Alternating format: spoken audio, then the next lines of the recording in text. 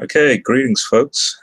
Han Solo here, and I just got done watching G-Man again. I rarely watch his videos, but I saw him interact in his 3-hour hangout with Christian Anarchist and a few others. I don't think he's seen my atheist video on what the word actually means, the range of the word, and so on, and how it supports what Steve McRae was communicating. And now G-Man was making the argument that that Steve McRae is saying that he denies supernatural entities or supernatural gods, and that therefore truly an atheist, because there are other gods, in this case non-supernatural entities. Unfortunately for G-Man, the Elohim mentioned in the Bible are always in regards to supernatural entities. So if Steve McRae is saying that he is an atheist in regards to supernatural entities, meaning God, gods, then he's being consistent. That some materialistic human or an object of some sort, that they're gods, is completely foreign to an ancient Israelite. So what I wanted to do is just briefly go through this divine council cosmic geography in the Old Testament. It's only 17 slides long, just to show you, So the first thing to note is that G-Man was mentioning Psalm 82 in the Hangout. And here you can see the Hebrew construction. Here, the capital G, God. I mean, there's no capitals in the Hebrew. It's just a generic plural Elohim. But maybe now with if I select it, you can see my mouse. But notice that the translation has capital G, and in our context, obviously, this is speaking about the God of Israel. So God has taken his place in the divine council. Well, divine council in Hebrew cosmology is always associated with what's happening in the heavens.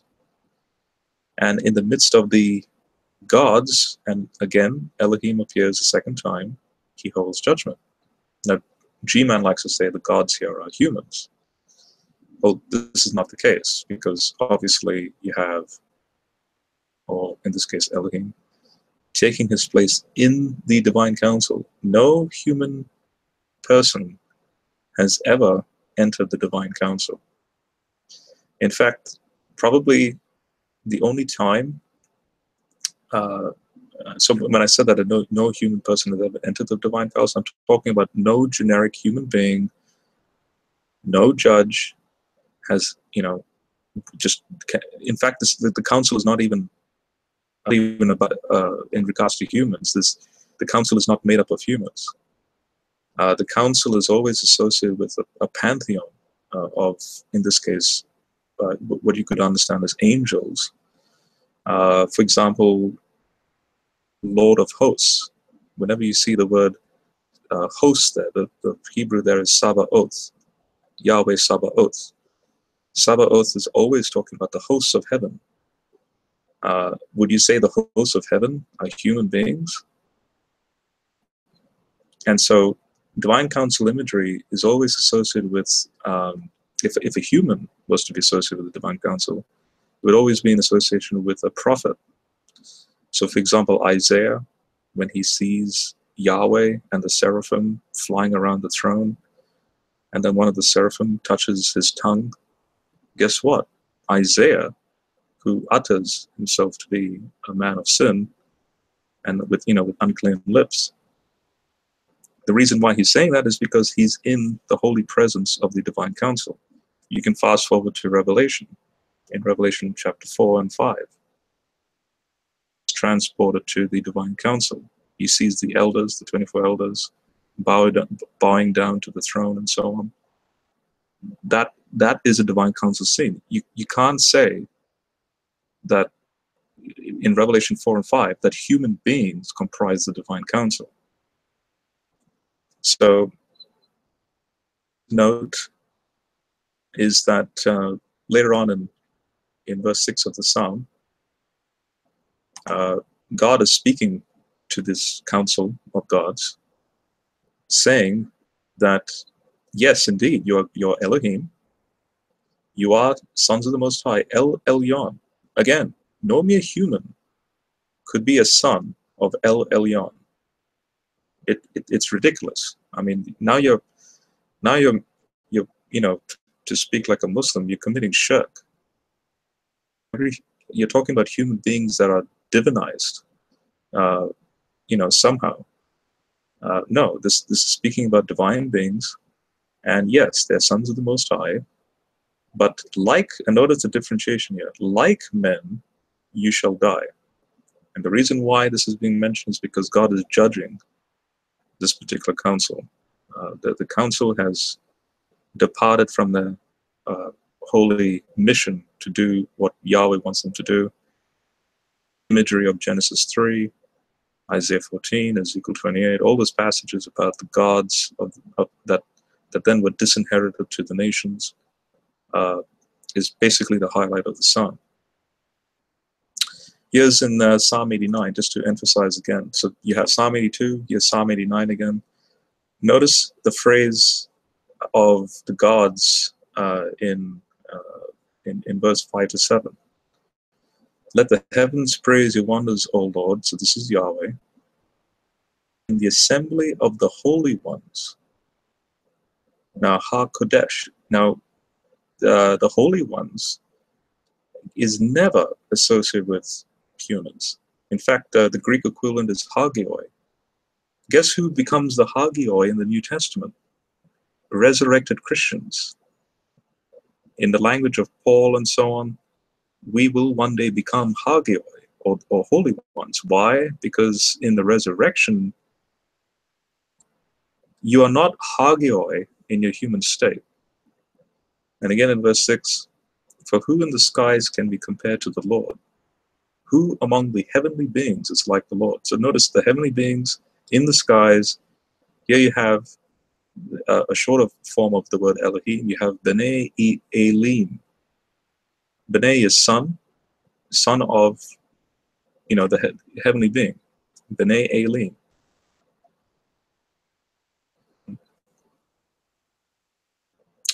What about, for example, I don't know if maybe I'm anticipating this, but I don't think G-Man would think about this. But I mean, let's just say G-Man starts to say things like, "Oh, but doesn't it say in Isaiah that God says there's no other God beside me? There's none like me." And so this is I mean, I don't know if he rejects henotheism, or, in this case, but these phrases are not denials of the existence of other spiritual Elohim. What they are, in fact, is incomparability. So, for example, Babylon in Isaiah 47:8 and 10. So, if anyone can look up Isaiah 47:8 and 10, Babylon says, "There's no other nation beside me, and there's no other nation like me." So what that's emphasizing is the fact that unique. It would be ridiculous for Isaiah or Isaiah writing this down, or Babylon saying that, to think that no other nation exists. The same Hebrew construction is used in regards to when Yahweh uses it, there's no other God beside me, and when Babylon uses it. Now, what about the fact that how is Elohim used? So who gets to be called Elohim? Now, G-Man was saying it's not just supernatural entities, humans and objects and so on are also called Elohim. Absolutely not. That's a completely false statement. So here's the entire list. So you obviously have the God of Israel, and we just saw that, Psalm 82. Then you have the gods of the divine council. And again, in Psalm 82, we saw that. So various nations. Now, you have Ashtaroth, which is, there's a mixed play there. It could be god or goddess. He or she is the Elohim of the Sidonians. Then you have Shemosh. Then you have Milcom. On it goes, right? Then you have demons. Now, demons are the Shadim. They are called Elohim in Deuteronomy 32:17. And demons are not what you could understand as the fallen angels. Demons are, curiously, in ancient Second Temple literature, demons are the disembodied spirits of the Nephilim. And the Nephilim would be part of what's known as the Apkallu tradition in Mesopotamia. The Nephilim are the hybrid, 2/3 divine and 1/3 human, like a demigod. The reason why demons still fit the category of Elohim is because of that divine element. Nephilim were fully human, or fully,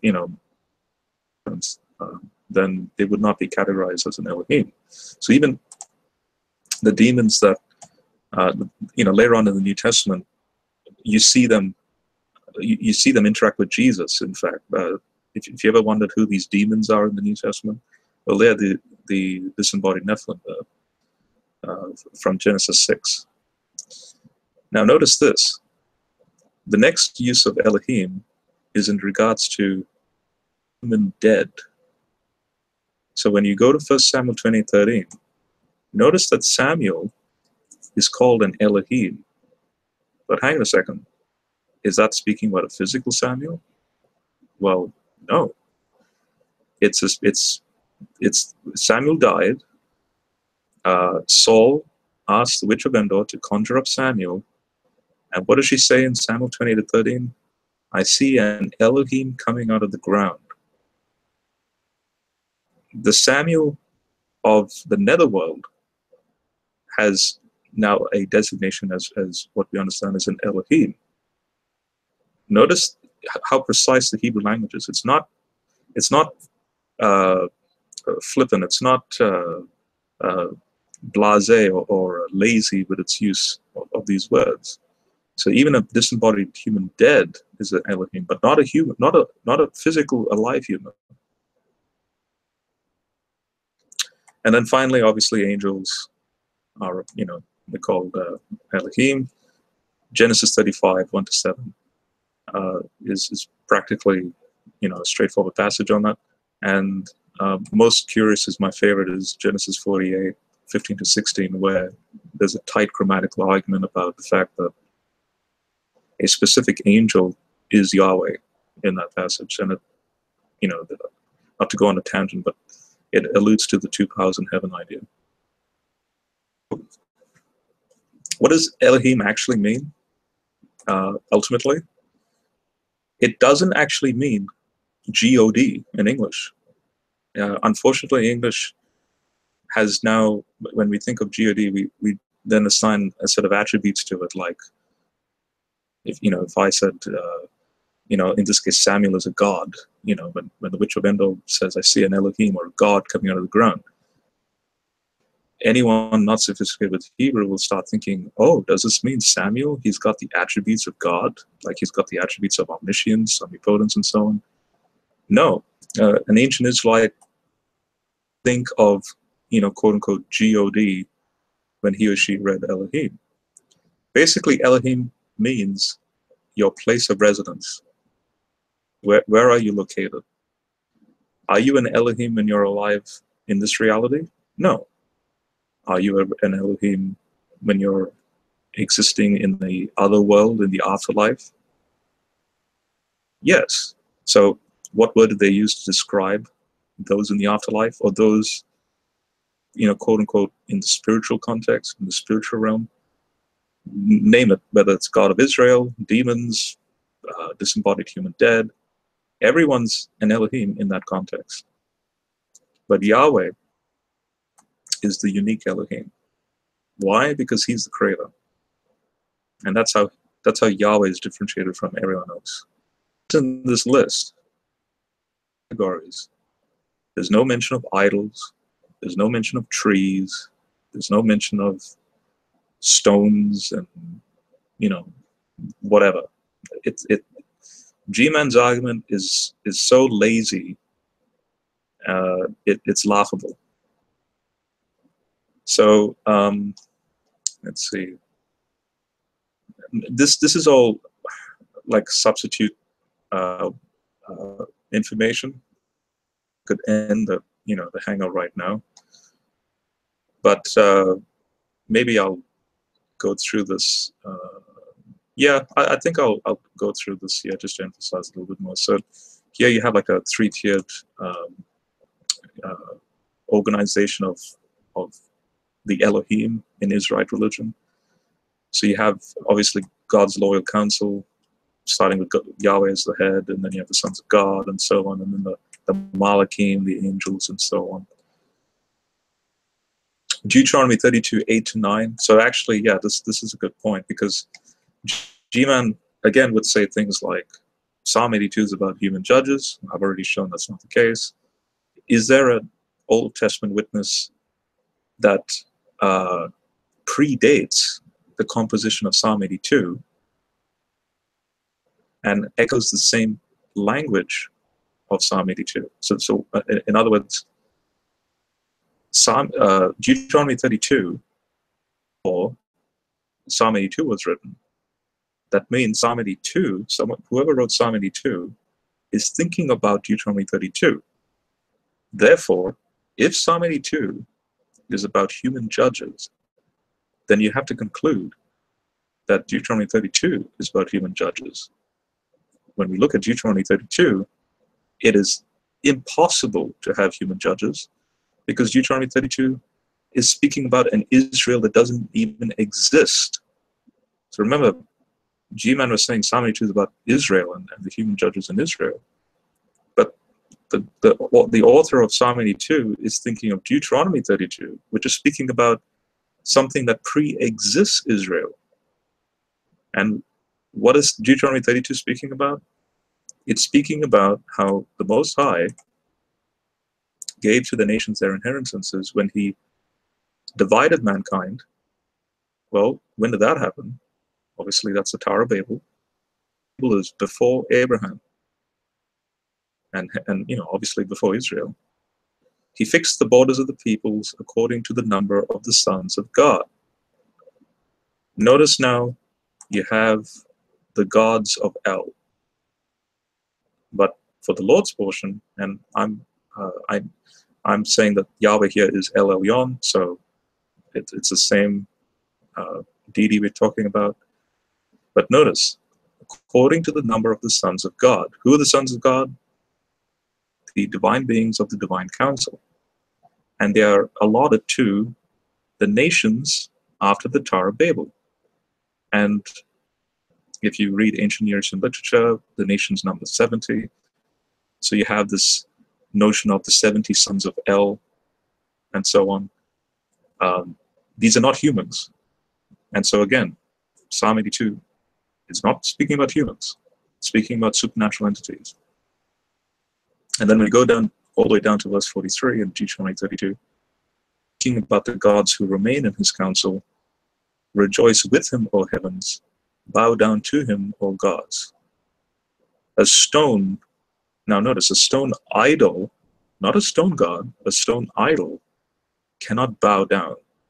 You're talking about a sentient intelligence that would do the act of bowing down. Here's the 70 nations, text of what Deuteronomy 32 is getting at. And let's see. So yeah, Genesis 11, disintegrate the nations. Genesis 12 is then the call of Abraham. By the way, in Joshua, I think it's Joshua 25, when it gives a brief commentary on, brief biography of who Abraham is. And it says that he was a pagan worshipping other gods.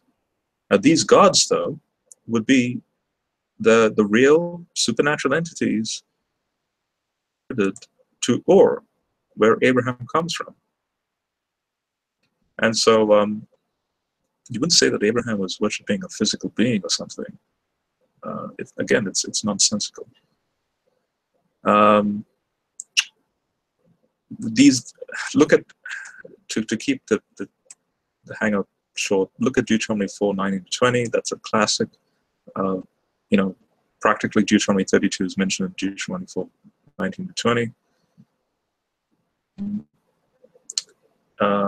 This actually explains other passages, like, for example, 1 Samuel 26, 2 Kings 5. So, for example, 2 Kings 5 is the leprosy of Naaman.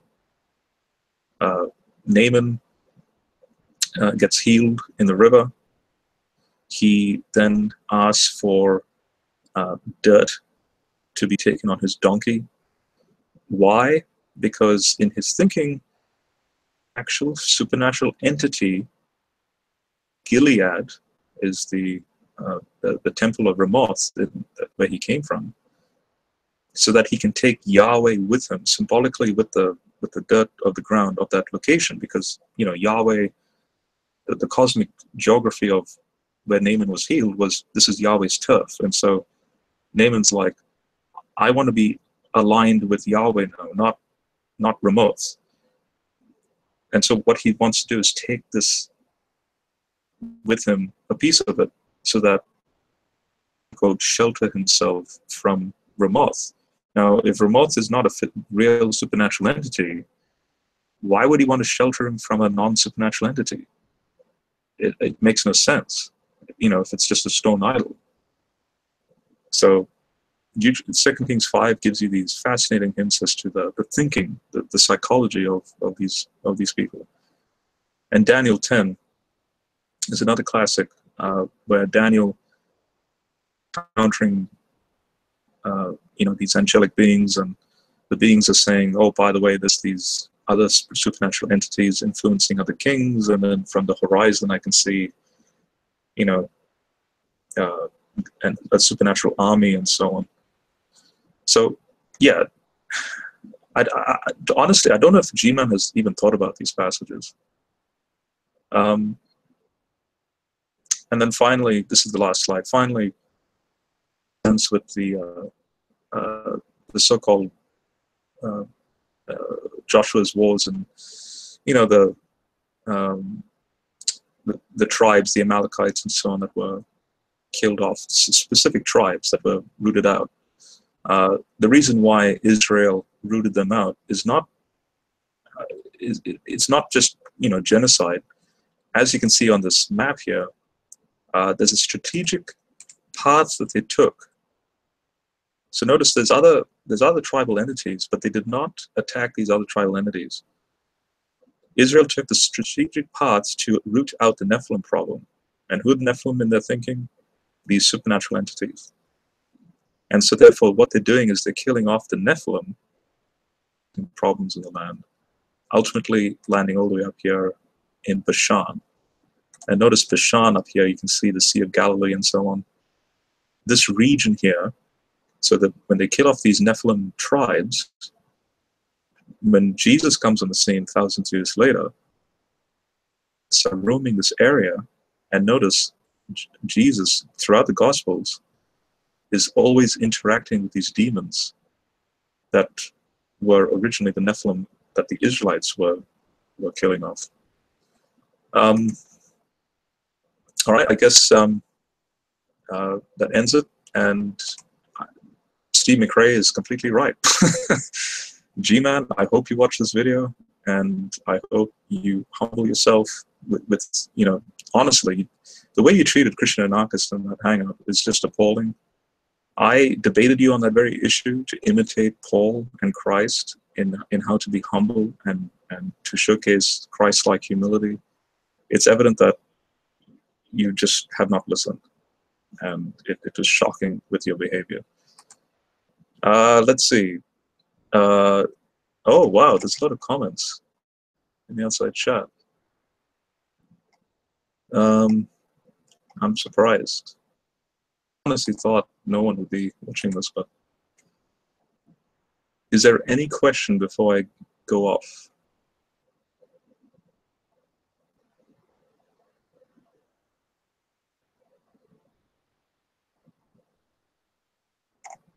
I noticed Christian Marcus has been watching. That's cool. Oh, and by the way, yeah, and since I'm on this thing here, Christian Anarchist. Let me just stop sharing that, and I'll start sharing my logos. I want G-Man to see this, if he ever does watch this. That in 2 Corinthians 4, I mean, the verse reads, and Christian Narcus knows I disagree with him on this, but I'm not saying he's wrong. The scholarship that he presents is legitimate. It's a legitimate claim that in verse 4 of 2 Corinthians, the word theos that appears. So in their case, the God of this world has blinded the minds of those who do not believe to keep them from seeing the light of the glorious gospel of the Messiah, who is the image of God. Now, I take the notion, and here's why Christian and I take the notion, because this is temple literature. Second literature informs my interpretation of this. Besides that, just if you have a consistent hermeneutic, for example, Isaiah 6, and also John 12, because John 12 speaks about the blinding language, then yes, you can make the argument that this can be a capital G, and hence this can be Yahweh. That Yahweh of this world, or the word cosmos is not here, it's actually age, so the aeon, so the age, and that can actually fit with the Christian God, has blinded the minds of those who don't believe. That actually makes sense because of the fact that the context of this entire chapter is, as you can see, the Isaiah has put it, the clay jar language. And the clay jar language is associated with the imagery that Christian Marcus was wanting to make in Romans 9, that God to take certain vessels to wrath or certain vessels to glory.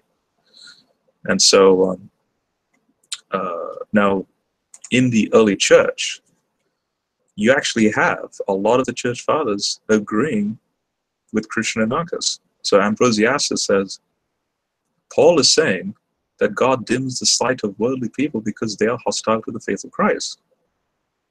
So notice, not Satan. You have Didymus the blind, but he doesn't really say it. He just says every unbeliever is of this world and so on. Now, Pelagius is, I told this to Christian Anarchist, Pelagius is trolling. Not really, but he basically says, the God of this world may be understood to be the devil on the ground that he has claimed to rule over unbelievers. Or, on account of the attacks of the heretics, it may be understood to mean that God has blinded the minds of unbelievers. Then Chrysostom. Now, Chrysostom, I would consider to be a pretty important commentator in the early church. You know, whenever Chrysostom comes up, I pay attention. And he says, the God of this world may refer neither to the devil nor to another creator, as a Manichaeans say. Now this is interesting. The Manichaeans are thinking of a smaller G God. You know, in this case, the God of this world. So here's a subtle irony. Lower G God, G-man, is a Manichaean, and that's a big no-no, G-man. You would be the big heretic in this context. So Chrysostom says, but to universe, who has blinded the minds of the unbelievers of this world, and so on. So yeah, I think I'll stop there and let's see if there's any more comments.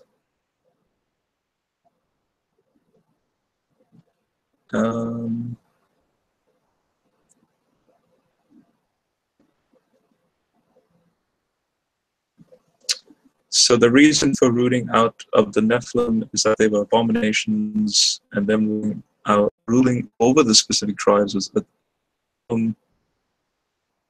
okay. Now you said Abraham was chosen to do this. Okay. Now let me just stop sharing this. When you when you look at Genesis 1 to 11, you have God creating the universe, and there's this depiction of him then wanting to tabernacle with this human creature that he's made. So you have the Garden of Eden, which in ancient Near Eastern cosmology, it's kind of like the cosmic temple of God, and he is now with the humans, and Adam and Eve is his mediator between mankind and himself. Then one of the divine beings, the Nakash, now notice, not a snake, it's Nakash means shining one as an adjective, approaches Eve. Notice she's not surprised, because again, if it's a divine council setting, you'd expect, in that context, you'd expect a consistent fellowship with divine council members. And so she's deceived. And now that's the first fall. Then you have a second fall. The second fall is in Genesis 6, where you have this Nephilim stuff happening. And this is not just a Jewish understanding. This is a very old Mesopotamian understanding as well. It's known as the Apkallu myth, where they're known as the the sons of El and so on. And before the flood, you have this intermingling between divine and human, and the flood is a response to that, actually. But I'm obviously suggesting it's local in its vicinity in the Persian Gulf. Then fast forward to, and again you have another fall, but this time it's a fall that's so grand, because usually Christians will think, and you may have heard younger creationists say, the fall was so grand in the garden that God had to cause a cosmic upheaval of everything, and sin and death enter the world, and blah blah blah blah blah. Actually, the fall in Eden was not grand. You have, which is bad. Don't get me wrong, but it was bad. Then you have an even bigger fall in Genesis 6, and then you have an absolute humongous fall in Genesis 11, which was the Tower of Babel. Why is it so big? Because everyone has lost worship towards Yahweh. We're talking, practically the divine council has been into the world, disinherited from him, most of them, hence the 1/3 language of the angels in Revelation 12. You have practically no human beings worshiping Yahweh, including Abraham. I mean, think about it. God picks Abraham, and he's a pagan. You would think that at least there's some survivor out there, some Yahweh worshiper out there. No one's worshiping Yahweh because of the sinful things that were going on in the Tower of Babel. Was unified in that location. And from Abraham onwards, it's nothing but a reversal of all of that. So, and how is that possible? The only way that's possible is if God then selects a group of people, in this case, we understand to be the Israelites, so that when the fullness of time happens, so at the right moment, Jesus then incarnates and comes all of the effects in one act on the cross. So that's ultimately what the gospel is all about, is this complete reversal of everything you see in the Old Testament history.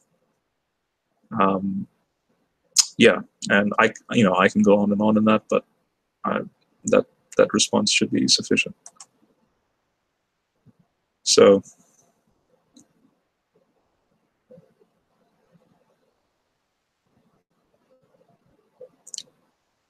of things to the inside. There are people who go, yeah, I agree. There are, I mean, there are innocent people out there who, you know, Ephesians 3:10 is the highlight verse that as the church progresses forward, the more we know and understand. But so there are people who lack the in-depth knowledge, but I would consider them innocent Christians because with an innocence of faith that they have, that there are indeed very good people in this world that they may not be Bible scholars, but just their actions alone is, in my eyes, and obviously in Christ's eyes, more than enough to consider them as Christians. But again, I'm going to voice it right now. I recanted my statement. Christian anarchist was a witness to it. So I originally said, G-Man, you're not a Christian. I then debated him on that issue.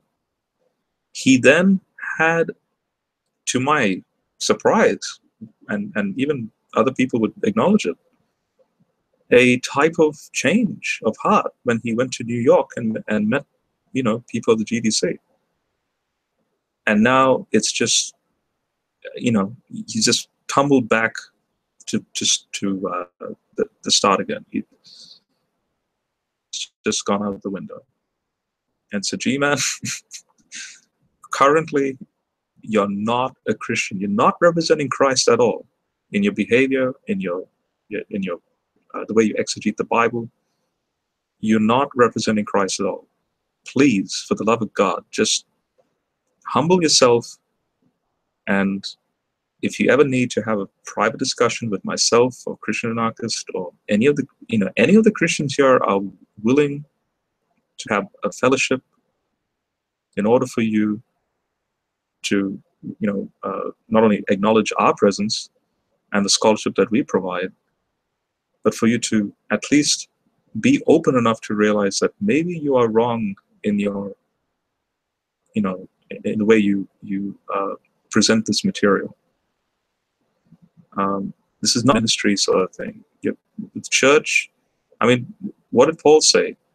The eye, the whole body is not just one eye. You need the legs, you need the arms, you need the ears, you need the mouth. Like every person in the church has a certain gift.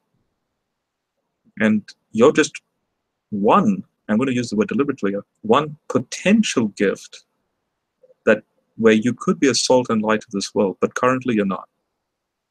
And it breaks my heart to say that, but I'm being dead serious. So yeah.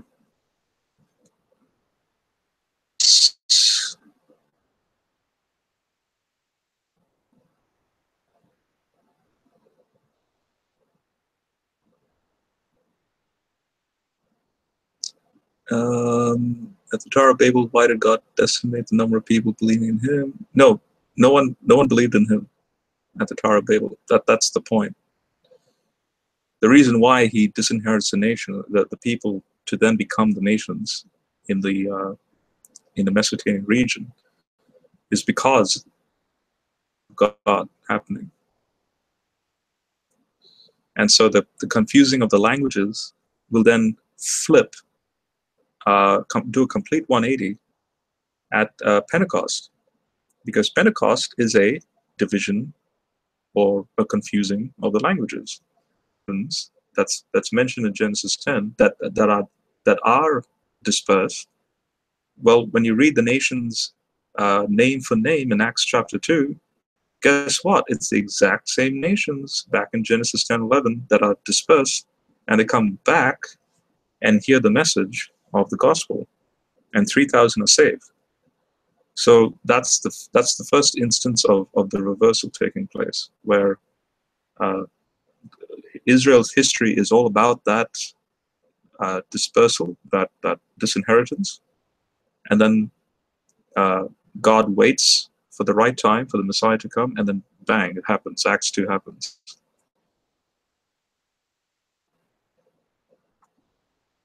St. Tommy is saying, stop and repent. All right. All right, I think I'll leave it at that, folks. So thanks for listening in. I'm actually surprised, 19 viewers. Wow, that's great. If you guys want more of these short studies, I suspect this is a lot longer. Like I suspect this may have gone for 30 minutes, but you know, feel free to let me know, and I'll do some more. All right, catch you, folks.